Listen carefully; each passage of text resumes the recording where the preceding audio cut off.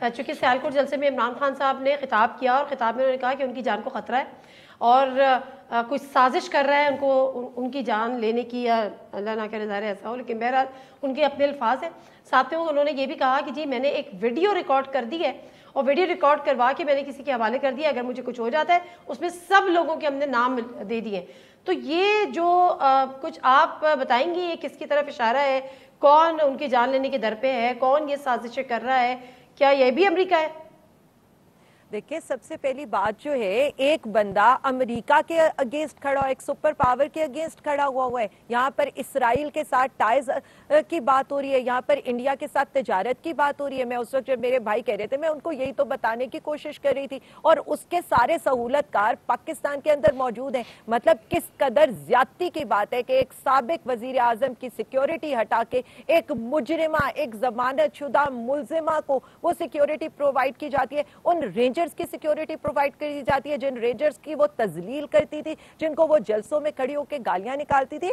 देखिए, हम बार बार हुकूमत को ये कह रहे हैं, पाकिस्तान एक दफा 2 लीडर, सियासी लीडरान की इस तरह की देख चुकी है असैसिनेशन। इमरान खान साहब पाकिस्तान की इंश्योरेंस पॉलिसी है और इस वक्त इमरान खान का पाकिस्तान के होने के लिए बहुत ज्यादा जरूरत है। देखिए, बात इस चीज की नहीं है कि आलिया हमजा पीटीआई से बिलोंग करती है, आलिया हमजा पाकिस्तान से भी बिलोंग करती है। इस वक्त जो इस एक जिसे कहे महीने के अंदर पाकिस्तान के साथ हो चुका है, हम तो सिर्फ इतना कहेंगे, खुदारा इस मुल्क पर रहम करे।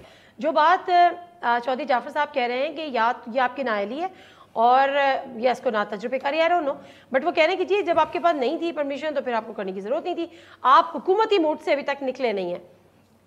नादिया, मैं तो सिर्फ इतना कहूंगी, क्या खूबसूरत हमारी नाअहली और नालायकी थी कि ये इम्पोर्टेड हुकूमत एक जलसा रोकने लगी और पूरा मुल्क को जलसागाह बना दिया। इतनी नाअहली और ना तजर्बाकारी, तो इन्हें ही मुबारक हो। मैंने पहले भी कहा था, ये गलतियों पे गलतियां करते जा रहे हैं। ये एक फाशिस्ट हुकूमत है, ये एक डिक्टेटर की पैदावार हुकूमत है, इनका जमहूरियत से कोई लेना देना नहीं है। 12 जमातें जलसियां करती थी, आपने देखा है 3.5 सालों के अंदर किस ग्रेस का मुजाहरा करके हमने आज तक ना कंटेनर्स लगाए, ना गुल्लू बट भेजे, ना हमने किसी किस्म की ऐसी हरकत की जो वेन्यू चाहिए हुआ हमेशा दिया।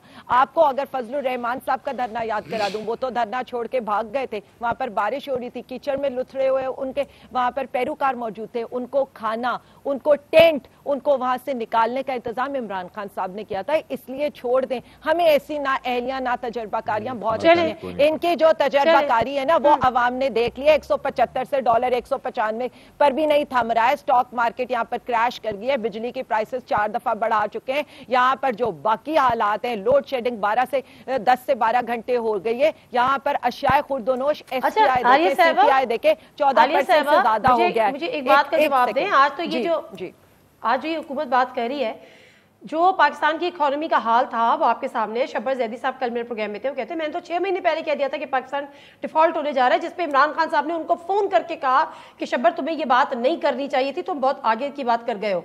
तो सवाल यहाँ पर यह है कि जब इकोनॉमी की सूरत हाल ये थी, तो ये जो ठीक है मीडिया का प्रेशर था, आवाम का प्रेशर था, लेकिन जो पेट्रोलियम मसनूआत में सब्सिडी आप लोगों ने दी और उसके बाद आज मखलूत हुकूमत कह रही है कि ये तो पता नहीं क्या करके चले गए और मुल्क को डुबो के चले गए, तो ये कोई दानिशमंदाना फैसला था या सिर्फ सियासी फैसला था? नादिया, बड़ी खूबसूरत आपने बात की और बड़ा अच्छा किया है। आपको याद है सिर्फ 1 महीना पहले 7 मार्च से पहले की स्टेटमेंट है मिफ्ता इस्माइल साहब की, 12 रुपए यूनिट होना चाहिए इलेक्ट्रिसिटी का। पढ़े लिखे लोग हैं, समझदार हैं।